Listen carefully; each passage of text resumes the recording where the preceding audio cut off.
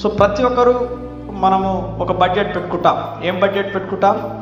దేనికోసం బడ్జెట్ పెట్టుకుంటాం? ఇష్టం ఉన్నా లేకపోయినా బట్టల కోసం బడ్జెట్ పెట్టుకుంటాం, లేదా కాదా? వేరే వాళ్ళను మనకి ఇస్తారు, లేదంటే నాకు ఈ బట్టలకి ఈసారి కొనుక్కోవాలి, ఏదో ఒక ప్లాన్ ఉంటుంది. కొంతమంది లాస్ట్ మూమెంట్ షాపింగ్ చేస్తారు, అంటే కొనుక్కోవాలా లేదా అని లాస్ట్లో చేస్తారు. కొంతమంది ప్రీ ప్లాన్గా ఉంటారు. అయితే ఈసారి ఒక జనరాసిటీ అనేది మీరు నేర్చుకోండి, లేకపోతే కైండ్నెస్ అనేది నేర్చుకోండి. ఏంటిది అది అంటే సింపుల్, చాలా సింపుల్గా ఉంటుంది, కానీ చేయడం కొంచెం కష్టంగా ఉంటుంది. చెప్తాను, మీరు అలవాటు చేసుకోండి, అలవాటు చేయండి, ఇంప్లిమెంట్ చేయండి. It will blessing to you. ఒకవేళ మీ బడ్జెట్ 5,000 అనుకోండి, బట్టలు ఎంత అండి బడ్జెట్? అన్న ఈ కాలంలో 5,000కి ఏమొస్తుందనా అనుకుంటున్నారా? ఒకవేళ మినిమం 5,000 అనుకోండి.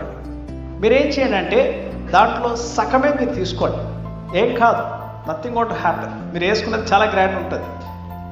సగం తీసుకొని ఆ సగం ఏదైతే ఉన్నదో you give to someone who is very much poor. చాలా బీదవారైనా ఎవరికైనా వారికి మీరు మీ ధనంతోటి వాళ్ళకి బట్టలు కొనండి. మీరు ఎవరు వారికి తెలవకూడదు, మిమ్మల్ని పరిచయం ఉండకూడదు. వాళ్ళు ఆ ఫ్యామిలీని మీరు అబ్జర్వ్ చేయండి, లేకపోతే మీకు వాళ్ళని మీ 60 డేస్లో ఒకళ్ళు అబ్జర్వ్ చేయండి. ఈ ఫ్యామిలీ ఓకే, వారికి మీరు గిఫ్ట్గా వారికి మీరు బట్టలు కొనియండి, లేకపోతే మీరు గిఫ్ట్కి ఇచ్చేయండి, మీ పేరు కూడా చెప్పకండి. You do this, God will bless you. Amen. దేవుడు మిమ్మల్ని దీవించి ఆశీర్వదిస్తాడు.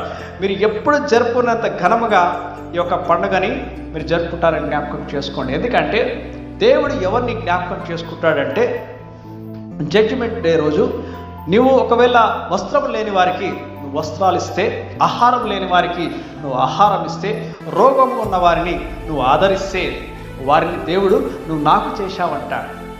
ఈ దినము దేవుడు మీకు అవకాశం ఇచ్చాడు, ఒక కారణం కూడా ఇచ్చాడు. ఎందుకు నువ్వు చేస్తున్నావంటే నేను మా యేసయ్య చెప్పాడు. ఏమని చెప్పాడండి? To show the love. మన ప్రేమని, మన దేవుని ప్రేమని మనం ఇతరులకి కనపరచాలి. నిన్ను చూసే వెంటనే, నీ ప్రవర్తన చూసిన వెంటనే అందరూ ఏమనుకోవాలంటే yes, he is something special, he is something special.